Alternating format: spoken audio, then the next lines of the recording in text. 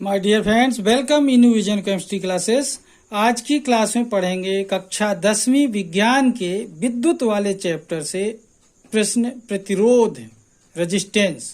प्रतिरोध किसे कहते हैं, प्रतिरोध का मात्रक क्या होगा, प्रतिरोध की परिभाषा लिखिए, प्रतिरोध को प्रभावित करने वाले कारक लिखिए। बहुत सारे क्वेश्चन हो सकते हैं, तो देखेंगे प्रतिरोध का एक संपूर्ण आंसर। ठीक है, इसके पहले जिन लोग मेरे चैनल में नए हों तो चैनल को जरूर सब्सक्राइब कर लीजिए और मेरा सहयोग कीजिए। और देखते हैं प्रतिरोध की सबसे पहले परिभाषा क्या है। ठीक है, तो यहां पर देखें, किसी चालक का वह गुण जो विद्युत धारा के प्रवाह में बाधा उत्पन्न करता है प्रतिरोध कहलाता है तथा इसे R से प्रदर्शित करते हैं। एक बार फिर से देखना ये परिभाषा, किसी चालक का वह गुण जो विद्युत धारा के प्रवाह में बाधा उत्पन्न करता है प्रतिरोध कहलाता है तथा इसे R से प्रदर्शित करते हैं। यहाँ पर बाधा का मतलब रुकावट उत्पन्न करता है। ठीक है, ध्यान रखेंगे। तो किसी चालक का वह गुण जो विद्युत धारा के प्रवाह में बाधा उत्पन्न करता है प्रतिरोध कहलाता है तथा इसे R से प्रदर्शित करते हैं। ओके, किससे प्रदर्शित करते हैं? R से। अब देखते हैं इसका गणितीय व्यंजक। ठीक है, तो देखते हैं गणितीय व्यंजक के बारे में कि गणितीय व्यंजक क्या है।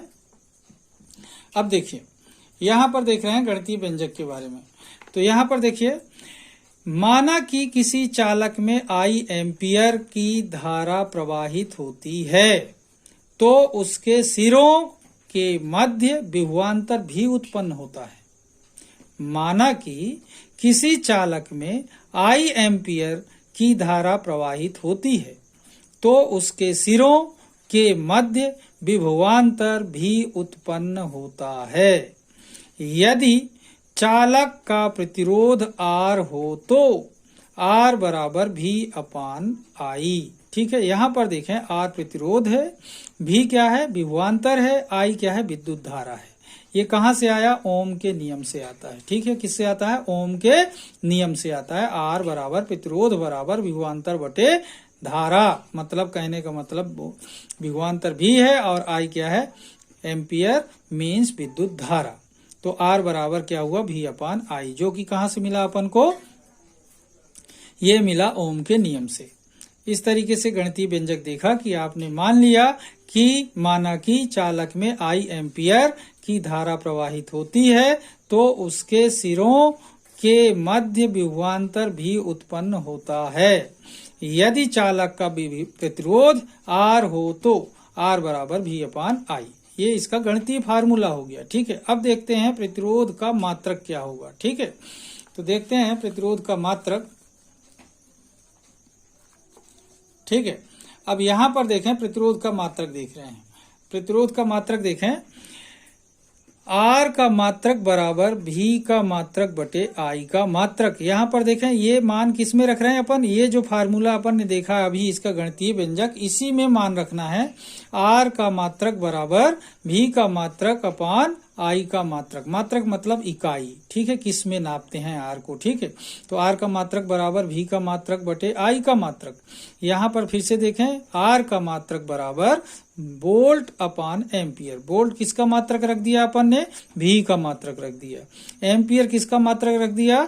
I का, मतलब धारा का मात्रक रख दिया। कहने का मतलब विभवांतर का मात्रक वोल्ट और धारा का मात्रक I हो गया। ठीक है, अब यहाँ पर देखें, R का मात्रक बराबर कितना आ गया? ओम आ गया। R का मात्रक कितना आ गया?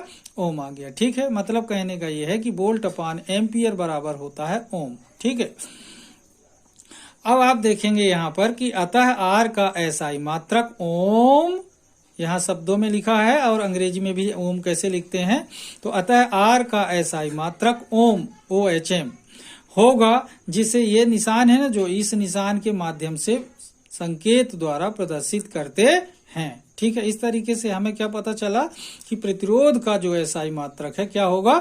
ओम होगा। ठीक है, अब देखते हैं प्रतिरोध को प्रभावित करने वाले कारक। प्रतिरोध को प्रभावित करने वाले कारक के बारे में देखते हैं। ठीक है, कि प्रतिरोध को कौन कौन से कारक प्रभावित करते हैं। अब यहाँ पर देखें, सबसे पहला कारक है लंबाई। प्रतिरोध को प्रभावित करने वाले कारक में सबसे पहला कारक कौन सा है? लंबाई। यहाँ पर देखें, प्रतिरोध चालक की लंबाई के अनुक्रमानुपाती होता है। ध्यान रखेंगे, चालक की जितनी ज्यादा लंबाई होगी प्रतिरोध जो होगा उतना ज्यादा होगा।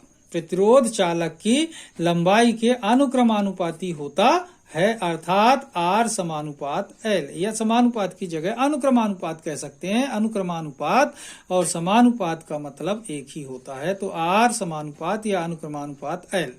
अतः कह सकते हैं कि लंबाई में वृद्धि होने पर प्रतिरोध का मान बढ़ता है। ओके, प्रतिरोध का मान क्या होता है? बढ़ता है। लंबाई अधिक होगी तो प्रतिरोध भी अधिक होगा।